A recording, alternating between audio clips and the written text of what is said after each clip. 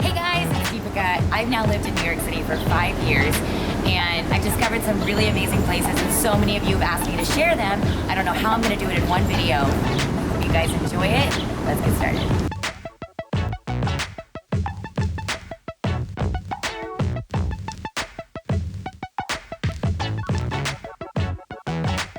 My absolute favorite park in all of Manhattan. Hard to pick, there's a lot of really good ones. But Washington Square Park, to me, there's something magical about it. There's a fountain in the middle. I've never done this, but I know people actually go and play inside the fountain. I'll leave that to someone else. There's always something happening, people playing chess. It's really close to the NYU campus, so like there's a lot of college students around. It's like you can come out here by yourself, you can come out with a girlfriend, a date, your family.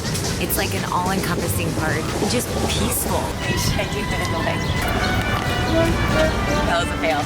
That is the World Trade Center behind me. How cool is that? And then that side over there is the Empire State Building. This park is everything. If you have one park that you can come to when you come to New York City, I would definitely pick Washington Square Park. Just went by my favorite like fancy pants Italian restaurant, which is called Carbone. I think Aziz Ansari even went to it in Masters of None, like the second season. I haven't seen the second season. I've only went there once and it was like on a date and it was really nice. The food was really good. If you're gonna pick one Italian that you can go to, it's one of those places you do have to get reservations ahead of time. That is a good Italian place. I don't know how I'm supposed to just pick one favorite. Okay, we're also going by Chloe. I gotta show you guys. They have the best like Asian Thai salad situation, but it's a vegan friendly restaurant and I go there all the time. You feel healthy when you're eating there. I don't really know how healthy it is, but it just tastes good also. Okay, so now we are on MacDougal Street. You've got to come to MacDougal Street. Basically every restaurant on here. There's Kati roll for all my brown people who love a good late night, drunk, sober snack, cookie places, Insomnia. Like I love this street so much. Artichoke pizza, which I'm sure you guys have heard of. If you want to just be a little bit of an idiot off the wagon for one of those kind of days, just feel like there's so many amazing options. It also has my absolute favorite, most charming New York City place to go. Welcome to Minetta Tavern. So this is definitely one of those places that I feel like everybody knows about. I went there and had so many amazing, charming New York City nights, like with my girlfriend sitting at the bar, to meeting like someone I've looked up to for my whole childhood, Rachel Roy, and having this moment with her. Nobody goes to Minetta Tavern and doesn't have a good night, you know what I mean?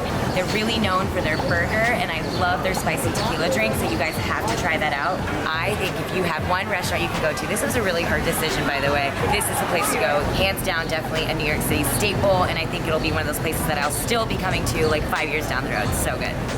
New York is so freaking loud. It's a part of the charm. Trying to smell fresh air, and that's just not a thing. It's more of a thing in the West Village at least, but it's not really a thing. When I first got here, it was like a part of the charm, right? It was like, oh my God, yes, trash, yes, like mice, yes, pee on the streets. New York, it's the grind, and I'm gonna make it here. If I make it here, I can make it anywhere. Now I'm like, look, I can't do it, I can't. And I wake up to sirens every day. That was also part of the charm. Charm's over. Basically, if you want good food and you want to just have it in one area and kind of like discover new things, the Village is the place to be. So now we are at Greenwich Avenue and West 10th Street. We are walking up to my favorite brunch spot, which is called Rosemarys. It's really hard though, right? Like it depends what kind of brunch you want. This is like a very classy, I'm with friends and family, want to have like a chic place to go, versus there's obviously like the Bagatelles of the world, which is a little more what you would call ratchet. No, it's not even ratchet, it's just kind of ratchet. But you know, we all have our moments. And I love it because Rosemary's is in a great kind of central area. Literally right next door to Rosemary's is this place called Happiest Hour. It's also a really good place for drinks, cocktails after work. But what I really like is downstairs is this place called Slowly Shirley. And it is so cute, you guys. It's like very speakeasy looking and the cocktails are epic. And I've had such incredible nights there. And so if you go to Rosemary's for dinner, you can go over here afterwards. I have favorite cocktail places, but if I had to really pick, hotel lobbies are like my favorite thing to go out in New York City and get something to drink, something to eat.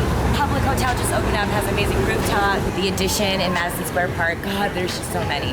Nomo Somo, Mr. Purple, there's so many amazing rooftops in the city. Okay, for a Texas girl, it's really hard to find a nail place that does tips well. Yes, I wear tips. I know it's not that cute, but if you saw my stubby hands without it, you would see why I need it. But it's really hard to find a place in New York City that can do it well, and I finally found a place in West Village. It is slightly expensive, but at least they do a good job and they last. We're gonna go that way. Yeah, that way. Okay, now we're on like West 4th and West 10th Street.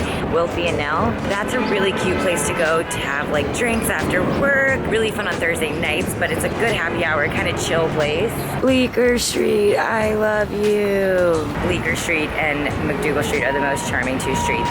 We're now on Bleecker and West 10th, and there's Westville over there. Westville's good. Like if you're just looking for a healthy lunch or brunch of some sort, I recommend Westville. Honestly, if I had to pick like one place that makes me the happiest, it's this part of the city.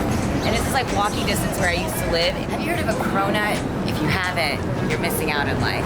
Dominique Ansel is the cronut spot. I actually like other desserts from there better than the cronut, but if you're looking for a good dessert, picking a favorite dessert spot is really hard, but hands down, I say there's one thing you have to try when you're in New York City. The Levain cookies are amazing. And the Upper West Side, so I'm already in the area, I have to tell you guys about another favorite, which is really known for cupcakes. Behind me right now is Magnolia Bakery. My personal favorite was the banana pudding. My mom is obsessed with it. Last time she came into town, we got it, went to Washington Square Park, sat there, it was amazing. You may have heard of it on Sex and the City. They always came here because Carrie lived on Perry Street and so did Deepica. Okay, now we are going to one of my like go-to meeting spots. I have a lot of meetings here. Amphora, really good wine, really good ambiance. It's like my go-to place if I had like some sort of meeting or a girlfriend in town. Let's go to Amphora and get some cheese and wine. Also, Delanima's right next door, which is an awesome Italian place. Again, I'm all about like, you know, while you're waiting for something, get a drink somewhere else. It's really cute. This is making me LOL because cafeteria was like, to me, the coolest place when I moved to New York City. Again, because of Sex and the City, I know I'm a stereotype, and then the Kardashians, but it still is a good late night place to go eat and a brunch place post going out. Good food, but in like a classy bougie way, you know? But we did just pass Momoya, which is one of my hands down favorite sushi places. It's easy, it's quick, it's not too fancy, but it's also not just a hole in the wall. It's like the right amount of trendy, you know? It's not one of those things you have to plan way in advance. Like you can kind of walk in, maybe wait 20 minutes and you're in. It's good stuff. We're pulling up to another favorite part of New York City, which has something for everybody. Some of my favorite rooftops, some of my favorite museums over here. Any guesses? Any guesses? It's meatpacking. So now we are in the meatpacking district, and there's so many different places around this area that I love, and I just have to share so many of them with you guys as quick as possible. If you aren't in the club scene, this is like, I guess, the jam place to do it. I don't know, I'm over that, not the right person to ask anymore. Don't know what's in poppin'. But a lot of great restaurants here too. Chelsea Market is around here, which is really cool because the YouTube studio is located there. But there's so many incredible different places that you can stop by and grab something to eat.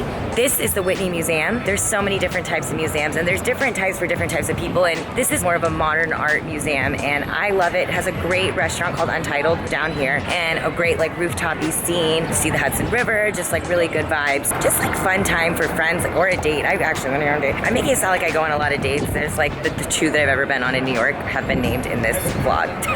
There's nothing you can't do. Now you're in New York.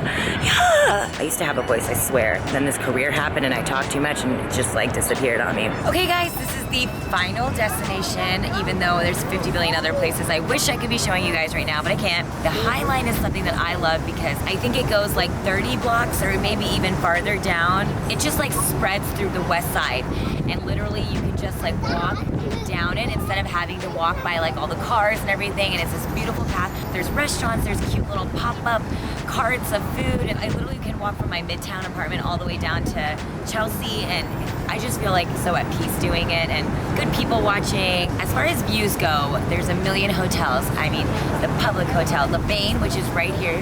The Standard Hotel has the Boom Boom Room, which is like a classy, chic place to get drinks with an equivalently good view as LeBain, which is right across from it, that I've spent many amazing Saturdays just sitting and staring into the beauty that is New York City.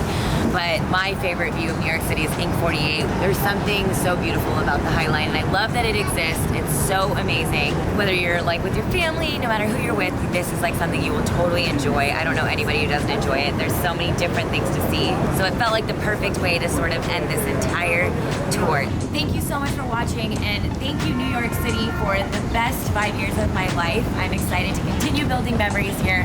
Whether I live here or not, it's gonna always be a special place in my heart where so many of my wildest dreams came true, and I hope you guys get to experience that same feeling because this city is amazing. Thank you for watching, and see you guys next time.